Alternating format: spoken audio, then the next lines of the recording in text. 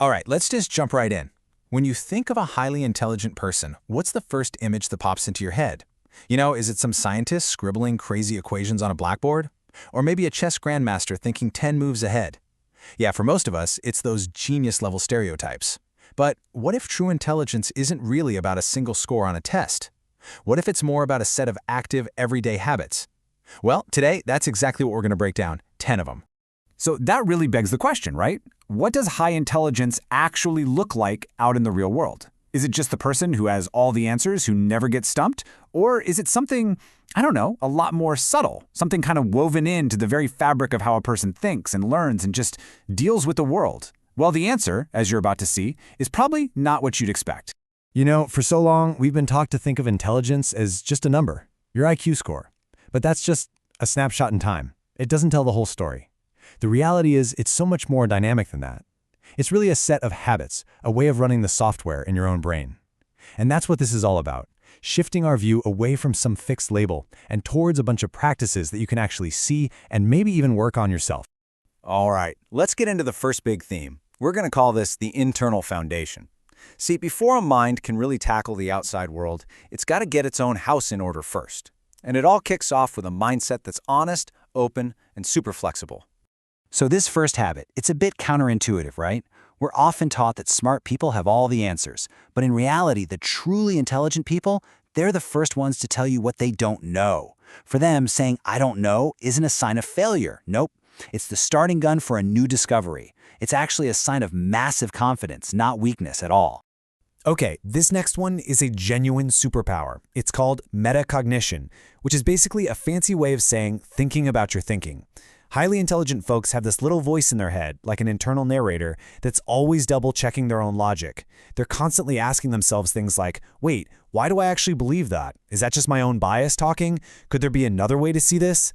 And because they do this, they can catch their own mistakes as they happen, and this is the big one, they're not afraid to change their minds when better info comes along. And that flows perfectly into our next habit. See, our brains just love simple black and white answers. It's efficient, it's easy. But let's be real. The world is almost never that simple. It's messy. Intelligent minds, though, they're perfectly comfortable living in those shades of gray. They can hold two totally opposite ideas in their head at the same time, look at the evidence for both, and just sit with that uncertainty without needing to rush to a simple answer. Okay, so we've talked about the internal mindset. Now let's look at how that flexible brain actually engages with the world. This next batch of habits is all about the active, hands-on process of learning, and, more importantly, connecting ideas in really new and interesting ways. And at the heart of it all is just this, insatiable curiosity. Seriously, this is the engine that drives everything else. The most intelligent people are basically information sponges. They don't just accept that something is true or that something works. They have this burning need to know why it works and how it works. They're always taking things apart in their minds, trying to figure out the deep-down mechanics of, well, everything, from a bit of code to how a group of people interact. But here's the thing, it's not just about collecting facts, it's what they do with all that information. And that's where something called lateral thinking comes in. This isn't about being an expert in just one tiny field. It's about having this wide, panoramic view and seeing the hidden patterns that connect totally different subjects. It's pretty much the definition of creative problem solving. So what does that look like? Well, a really sharp mind might be looking at how a fungus network grows in the forest and suddenly see a solution for a software problem they've been stuck on. Or maybe they'll take a model from the stock market and use it to understand why a social trend is suddenly taking off.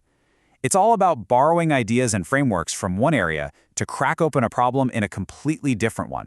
Now, when they lock onto a problem that really fascinates them, something incredible happens. They can drop into this state of hyper-focus. You've probably felt it before. It's that flow state, or being in the zone, where the rest of the world just melts away and hours feel like minutes. Now, the flip side to this superpower is that they can find it almost painful to work on things they find boring. Their focus is like a laser beam, incredibly powerful, but also very, very selective. All right, let's get to the really fun stuff. This last group of habits, well, they pretty much fly in the face of everything we're usually told about productivity and success. These are the habits that debunk the myths and prove that sometimes genius plays by a whole different set of rules. First on the list is something we'll call strategic laziness. And let's be clear, this is not about avoiding work, not at all. It's about a deep, passionate hatred for wasted effort. A highly intelligent person is the one who will spend 3 hours writing a script to automate a task that only takes them 5 minutes to do by hand. Why? Because they can't stand inefficiency and busy work. They're obsessed with finding the shortest, smartest path to get the job done right. Okay, this next one is going to make some of you feel so much better about your desk right now.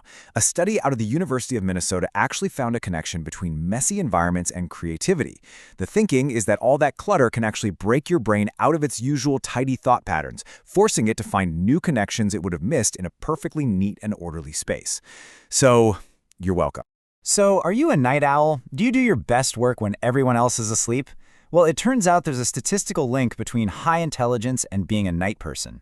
Now, it's not a hard and fast rule, obviously, but the theory makes a lot of sense. The night just offers up this precious golden resource, long, quiet hours of uninterrupted time.